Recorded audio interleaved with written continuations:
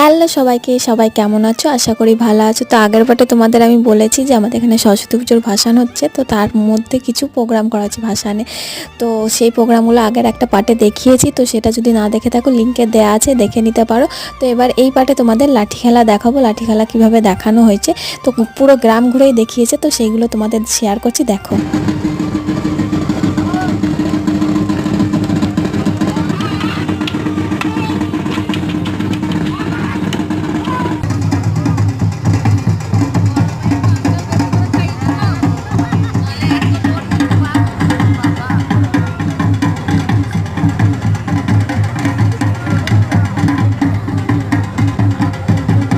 এনাদের জানাই অসংখ্য ধন্যবাদ অ্যান্ড স্যালুট।